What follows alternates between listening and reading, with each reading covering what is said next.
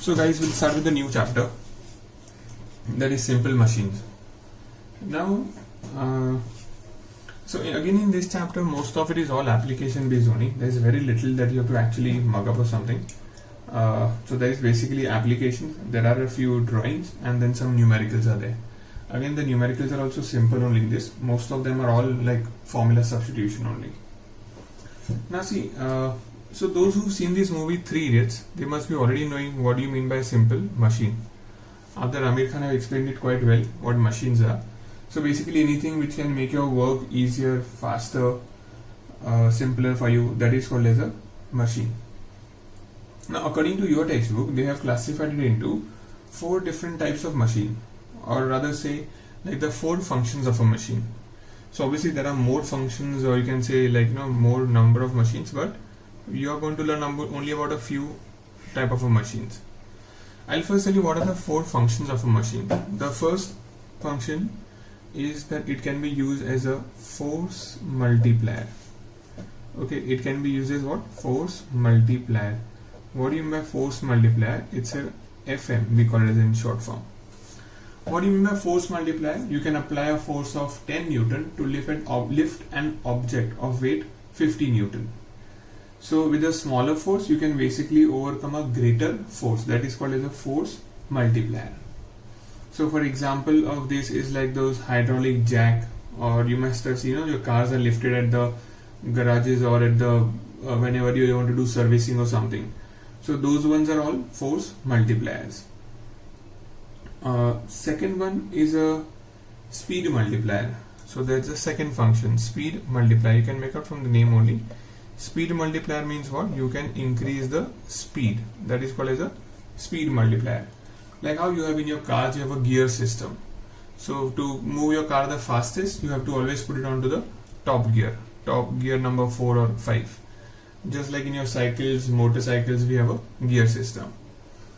Then number 3, the third type of a machine is used to change the direction of effort. This is the one where you change the direction of effort. Remember, very very important, direction of effort, or you can say simply what? Force. Changing the direction. What do you mean by changing the direction? Let's say for example you have a bucket of water. Okay, I'm drawing it very small out here. You have a bucket of water which has to be pulled out from a well.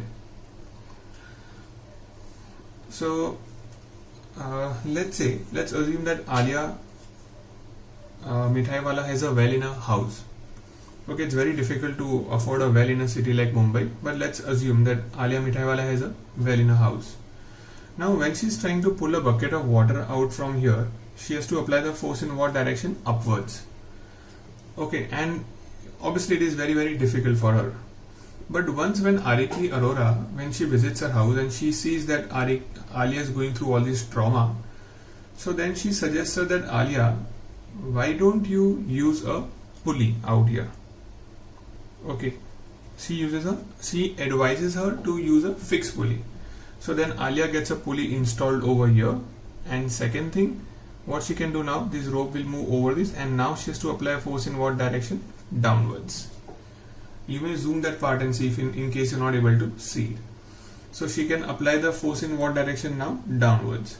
And as we know, it is always easier to apply the force downwards rather than applying the force in the upward direction, because here we are with gravity and here you are against gravity. Just like if you want to pull your friend into a pool, swimming pool, it's easier for you rather than pulling him out, because you have to apply force in the downward direction, so it becomes easier for you. Okay, but again next time when Malika Das Gupta visits her, she still sees that Alia is trying to pull this rope in the downward direction to remove a bucket of water, but still she sees it is not very easy for her yet. We all know why it is not easy for her. So now Malika suggests her that why don't you just hold the rope of the pulley and just hang on it. Okay, so because of her body weight, she'll be able to pull this rope down, and hence the bucket of water will go up.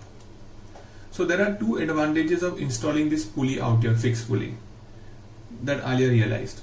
What are those 2 advantages? The first advantage is that she can apply effort in the downward direction. So she has changed the direction of force to a more convenient direction, that is downward. Second thing, she can also make use of her own weight to pull the bucket of water up. Okay, and the next one, the last example is, the last function is, it can also be used to change the point of application of force. Okay, also used to change the point of application of force. Now see, out here this point might confuse a little bit with the previous one. Here we were changing the direction of the force. What you were changing the point of application of force, this is used in your bicycle chain, this concept. How they use it in your bicycle chain? So let's say out here, so as we know in a cycle, like you have one, there is one smaller wheel here. Okay, it's a groove wheel out here where the pedal is there. Sorry, I had drawn it other way around. So now let's assume that your pedal are over here. Okay, this is where your pedals are, and there is a chain from here which goes behind to this. Correct? So when you are pedaling on this side, what will happen? Due to this movement of the chain, this rear wheel will start spinning, and there is a tire which is attached to this, a bigger tire over here, the rear wheel tire, which will start moving. Okay, by mistake I have drawn the diagram other way around. Okay, it should have been a little inversion of this. So I'll repeat once again. We are applying the force on the pedal to move this front. This is also called as a crank wheel. But when you move this crank wheel, due to this chain, okay, this chain will help you moving the rear wheel. And there is another big wheel which is attached to it, the rear wheel of your cycle, the rubber tube or the rubber wheel basically. So that will also start moving. So these are the four types, or you can say the four uses of a machine. Force multiplier, speed multiplier, changing the direction of force, and also to change the point of application of force. Okay, now then they have given a technical definition of machine also in your textbook, so that you learn it from your textbook, the exact wordings and all. Okay, now there are a few technical terms which you need to know. Okay, just like how you had done spherical mirror chapter in the 9th standard, so you have to learn those terms: focus, pole, then there was a focal length, pole, point of curvature, all of them, center of curvature and all. So now we are learning the technical terms out here. Now in all those terms, so the first term that we are learning is called as a load. Okay, now symbol for load is what? L. So most of all the symbols that you have in this, they all are user friendly only. That is the best part of this chapter. So it's not randomly current is I, charge is Q, they write any randomly, any alphabet. All of them are initials only. So it's very simple to remember that load is represented by what? L. Okay, now what do you mean by load? Say you want to lift a table in your house. So the weight of that table, okay, is called as the load. So it's like a resistive force which you want to overcome, that is called as the load.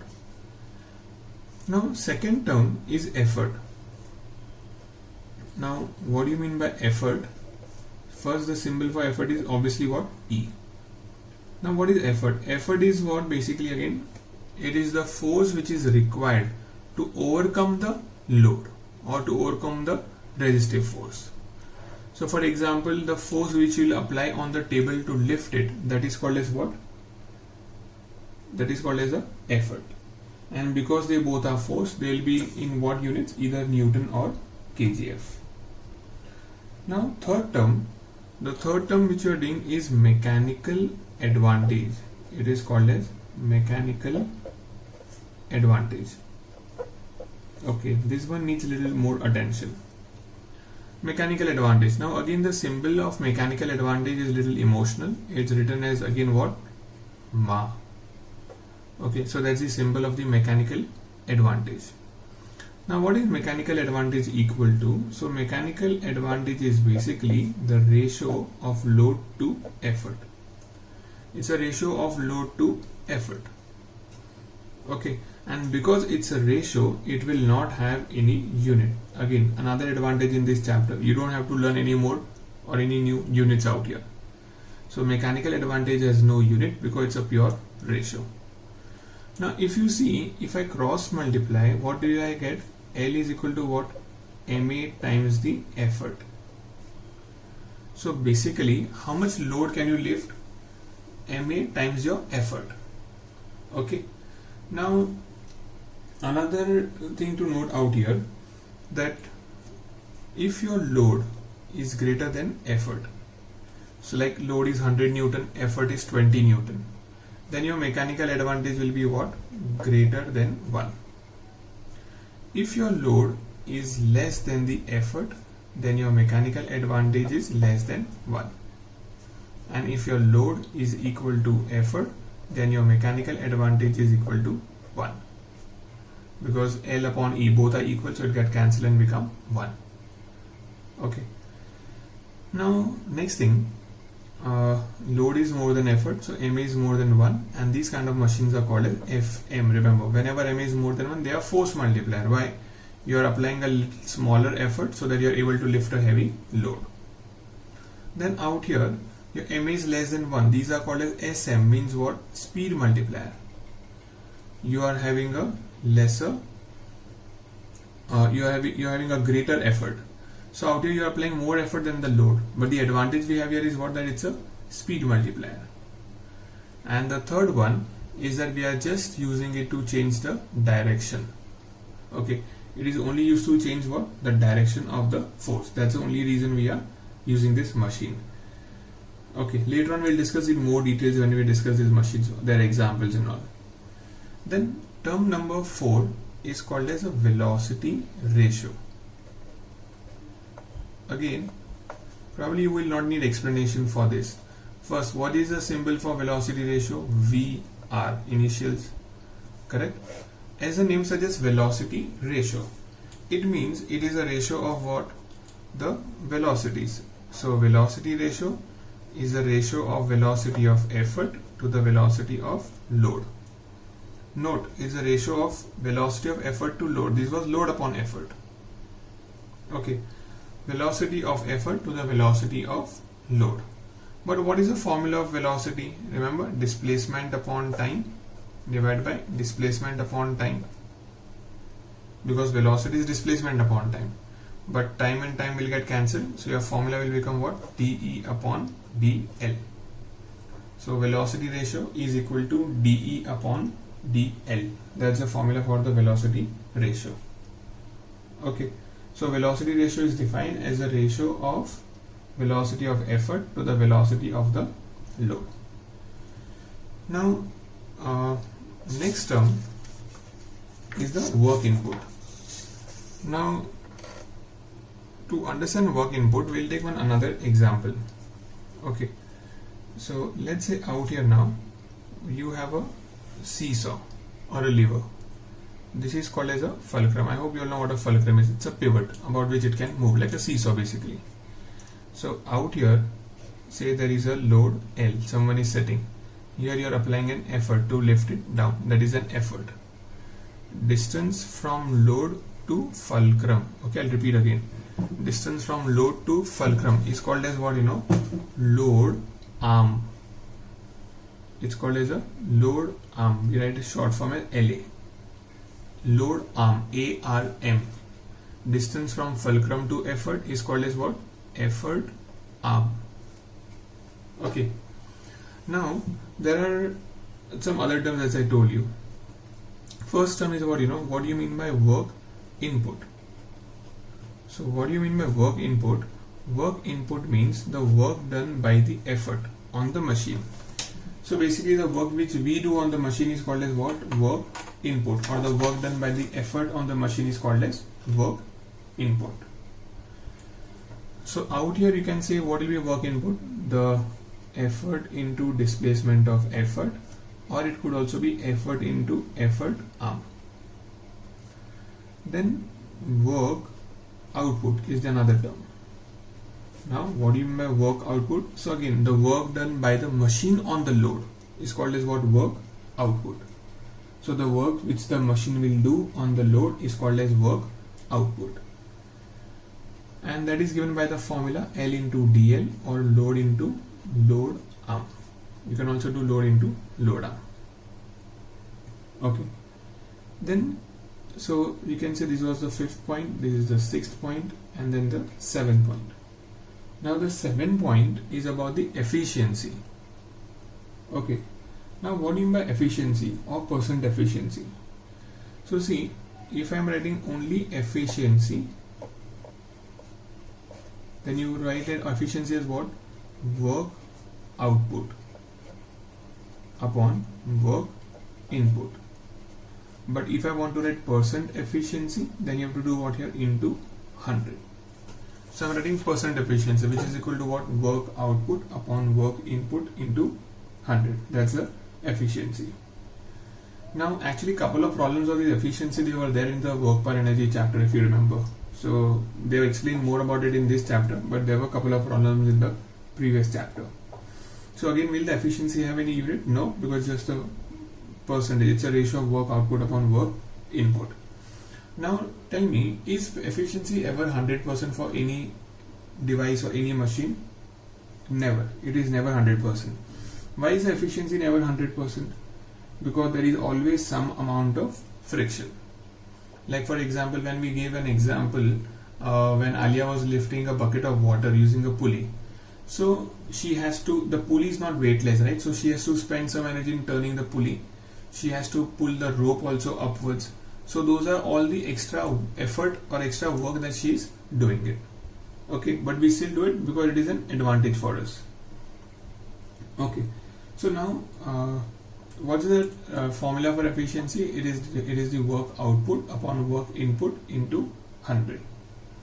Now you can say that there are two kind of cases. There is one which is called as an actual case. So in your actual case, the efficiency is never equal to 100%. There is something which is called as an ideal case. In an ideal case, the efficiency is 100%. So right, this is a symbol, it's a little difficult symbol, is written something like an N. Now out here, those who have a bad handwriting, now they will actually have an advantage. Those who can write, those who have really bad handwriting, I don't want to name anyone, but people know now themselves. So if you write, just try to write N or R, and then it will look like the efficiency. So those who got a good handwriting, they'll have a really tough time to learn this symbol. Okay, so first thing is that efficiency is not 100%, here it is 100%. Now whenever in an actual machine, your MA will always be equal to VR. Sorry, will not be equal to VR. In fact, we can say your MA will be less than VR. Whereas out here, your MA will be equal to VR. Okay, so this is the major difference between actual machine and an ideal machine. Now another thing, we will also derive the relation or the formula of efficiency in terms of MA and VR. Now see, what have we learned? That percent efficiency is equal to work output upon work input. So like work output upon work input. What is the work output now? Work done on the load. So load into displacement of load. Input is what? Effort into displacement of effort. Now look at it properly and tell me, load upon effort is a formula of what? Mechanical advantage, correct? DL upon DE is a formula of what? So if you remember, we had already done that DL upon D is a formula of 1 upon VR. Okay, it was here into 100. So I'll repeat once again here, because VR is equal to what? DE upon DL.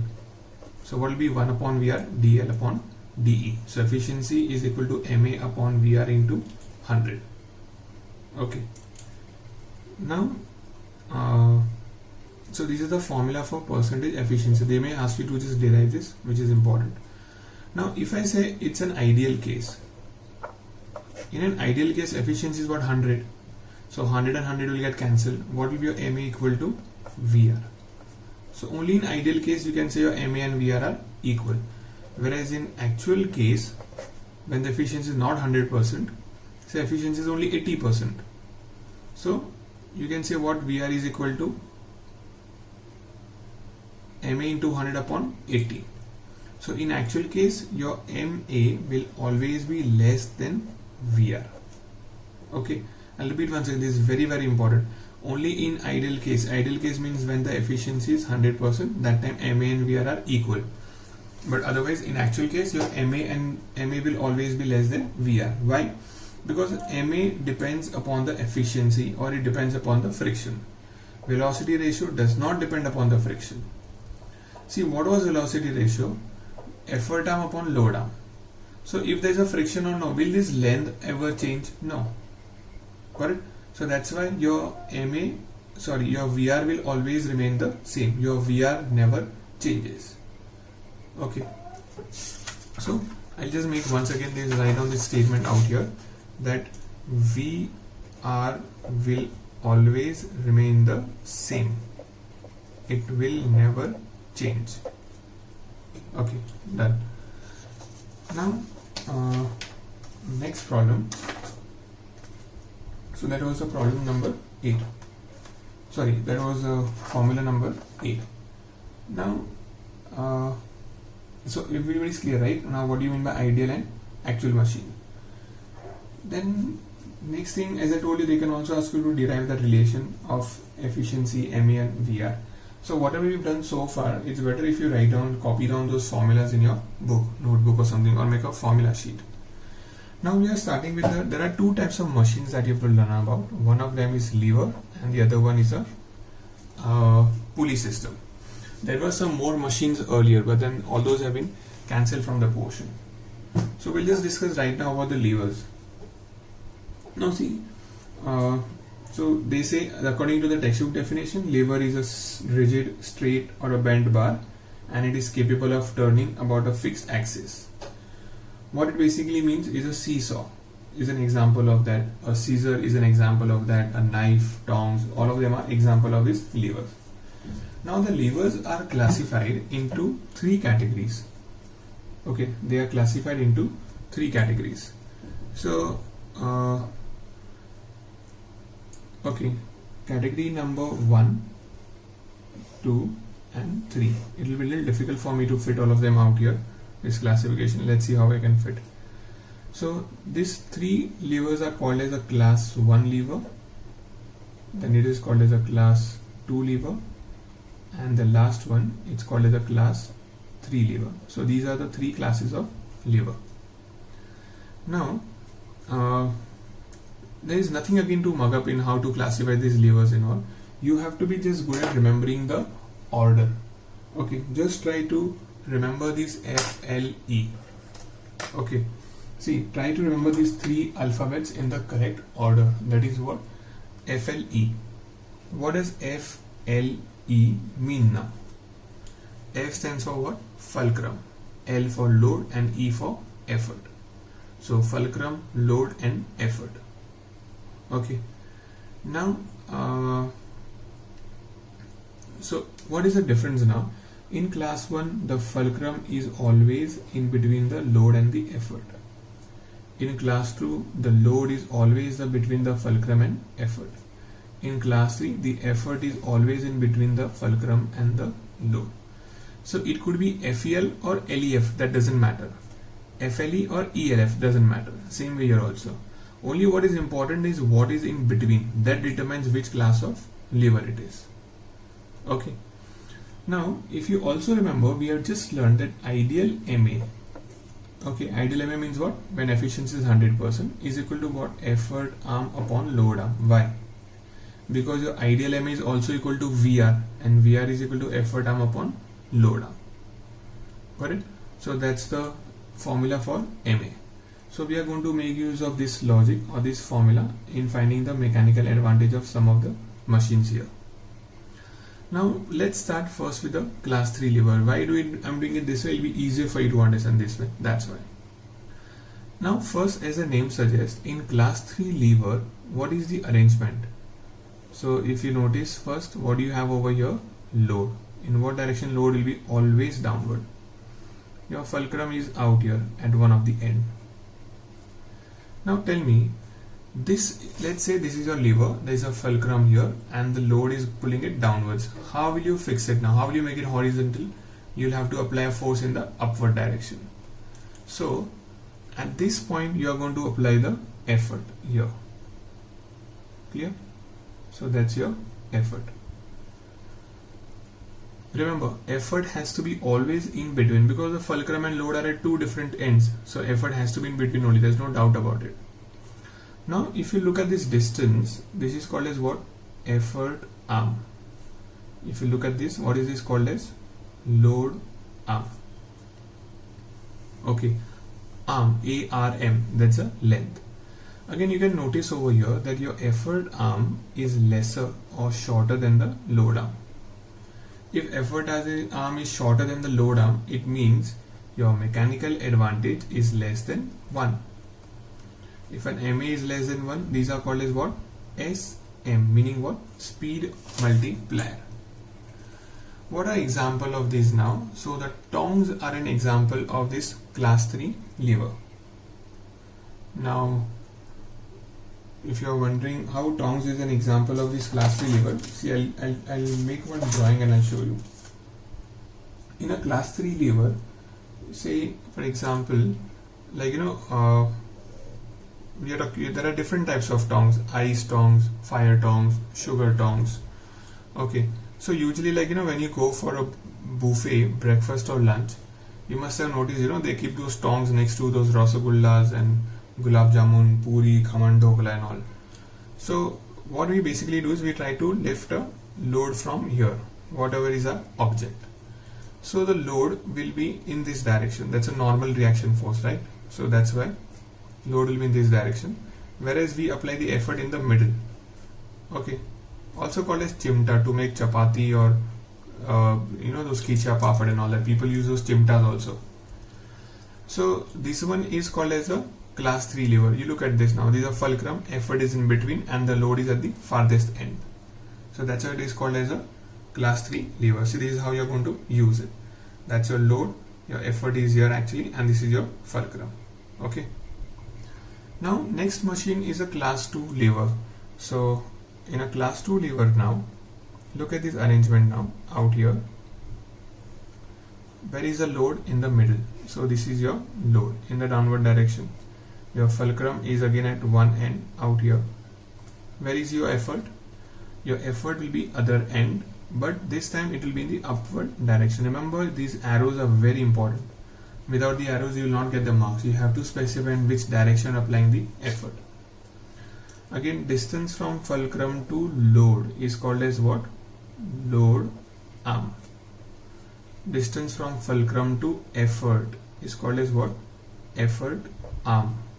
Notice which is greater or smaller. Effort arm is greater than load arm. So therefore your mechanical advantage is more than 1.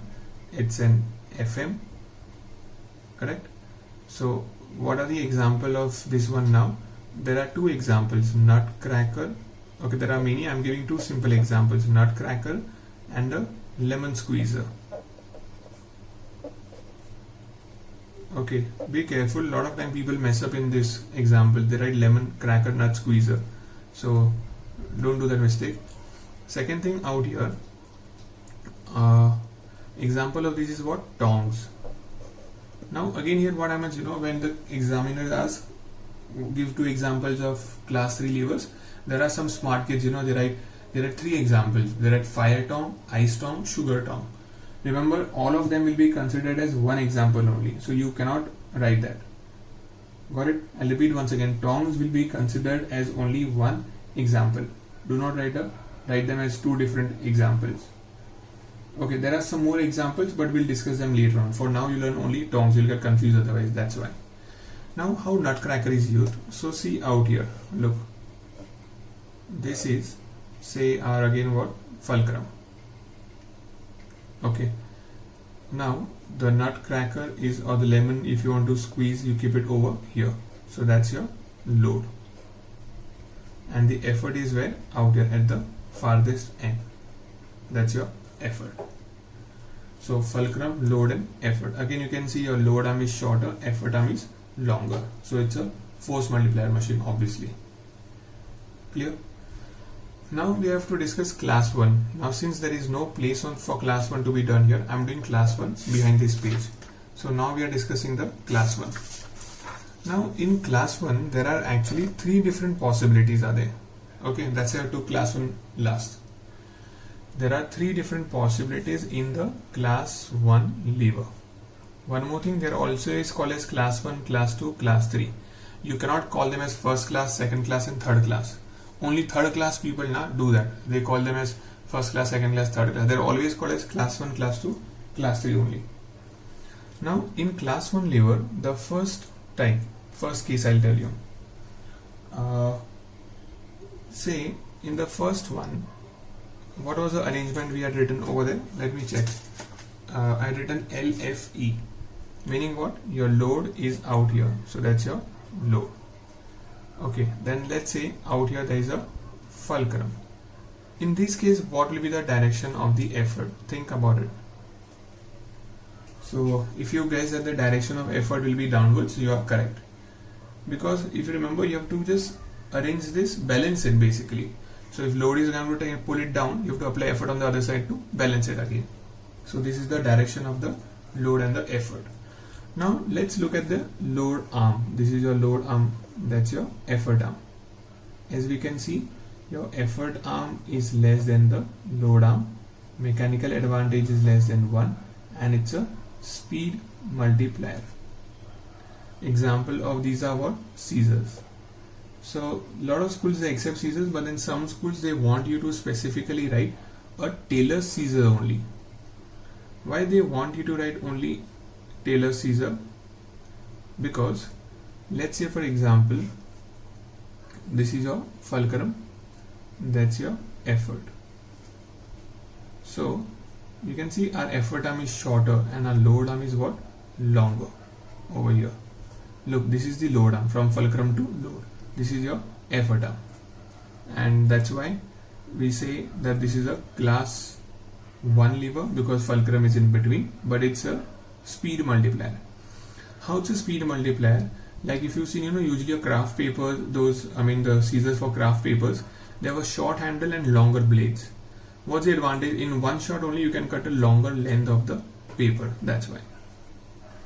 Number 2 is again, say out here you have a load at one end, there is fulcrum in the middle, exactly in the middle, so this part and this part are equal, and here is the effort. So you can see here now your load arm and effort arm, they both are what? Equal. So load arm is equal to effort arm, so your MA is equal to 1. These ones I use just to change the direction. Okay, examples of these are what? Beam balance. Those bhajiwalas, what they use is called as a beam balance, or you can just say what? Seesaw. Number 3, guys, these are all under class only, remember. Now in the last one, so say out here you have a load, there is a fulcrum here, and then there is an effort here. So over here,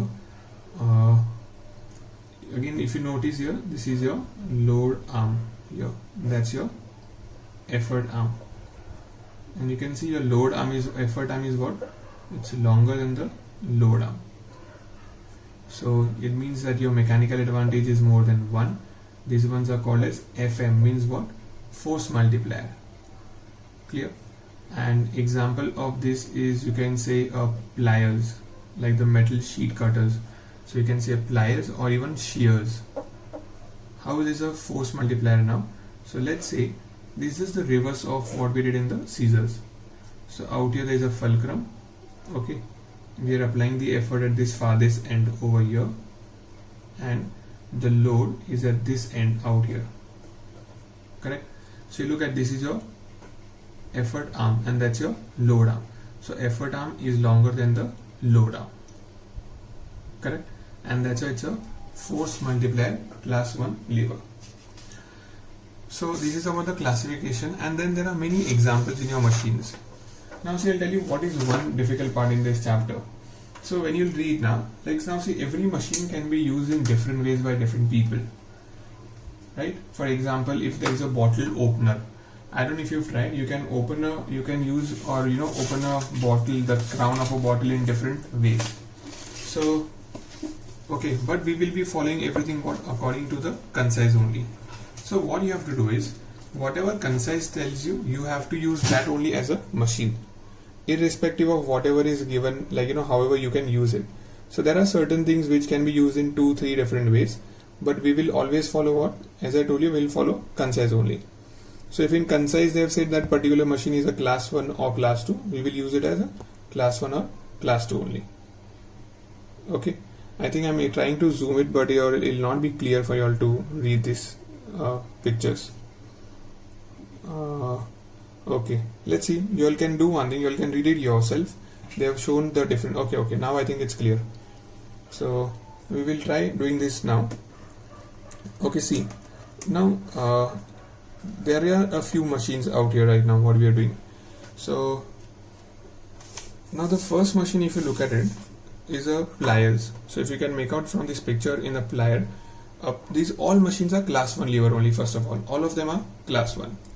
So in the pliers now, this one is a class 1, but what is the difference? That its mechanical advantage is what? More than 1. So basically pliers are force multiplier. You can say it's something like a scissor. You have a load here in the middle of the wire, then there's a fulcrum, and then there's a effort.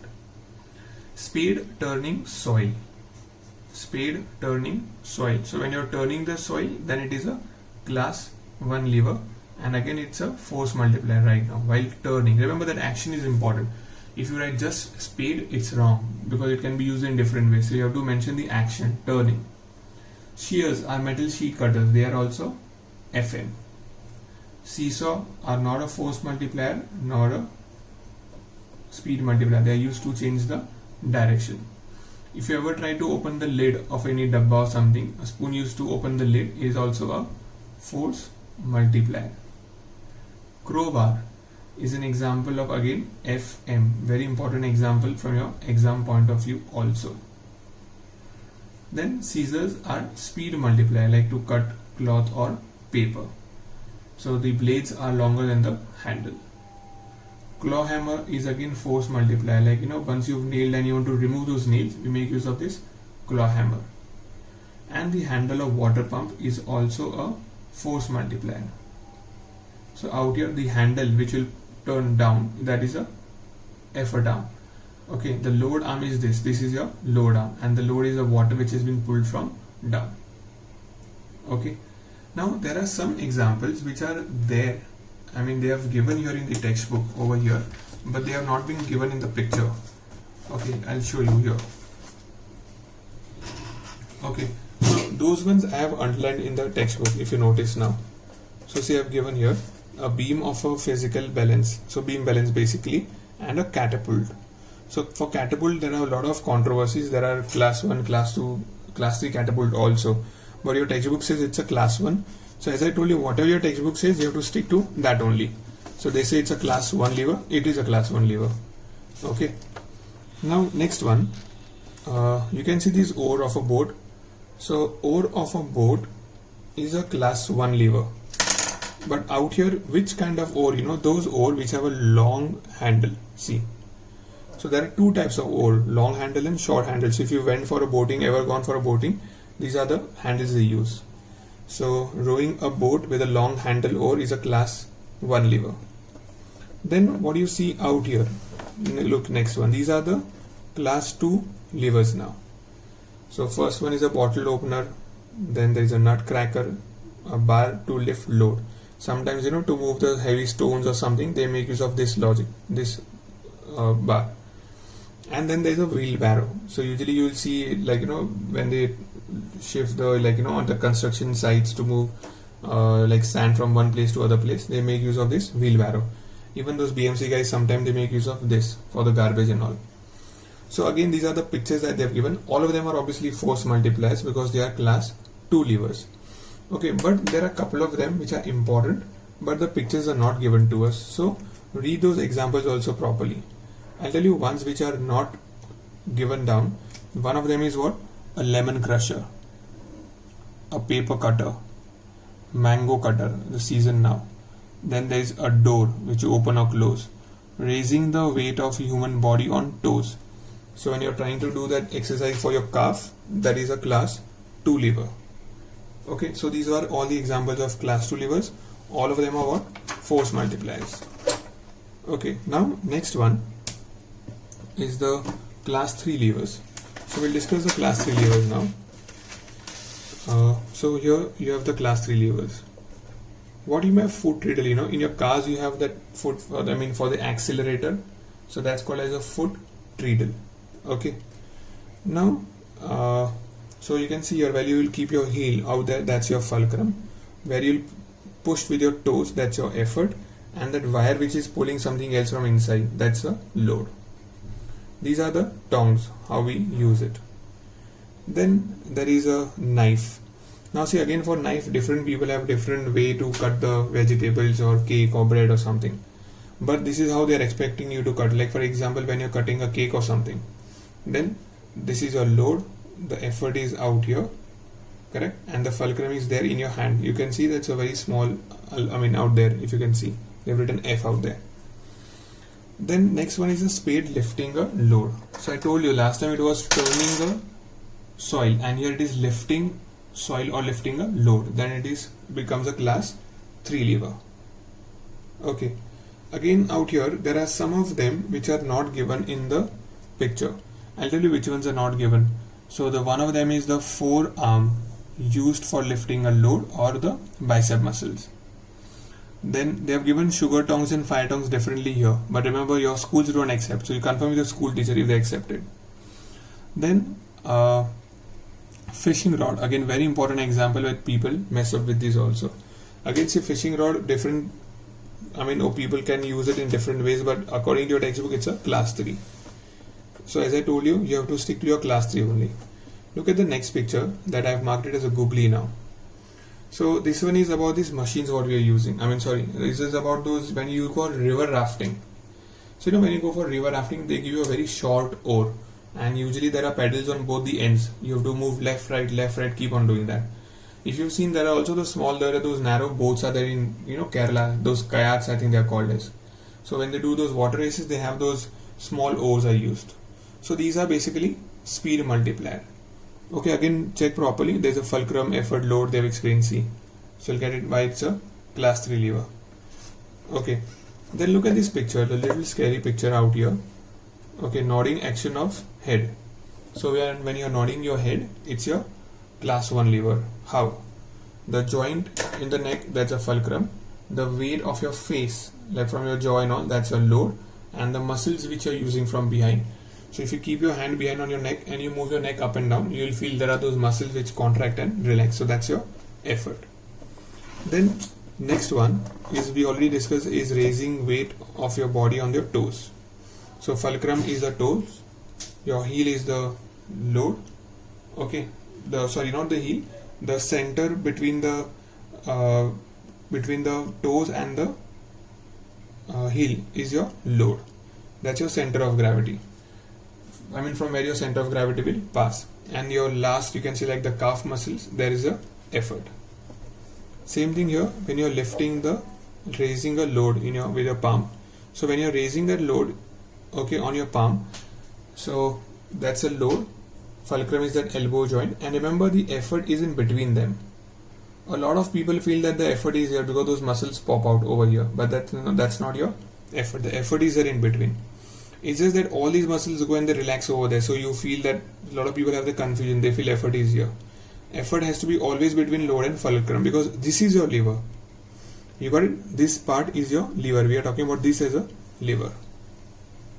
Okay, so fine. So guys, this is all about the A part. The B part is about the pulley system. So in this video we'll stop here only. I'll make another video for the pulley system. Okay, and for the numericals also.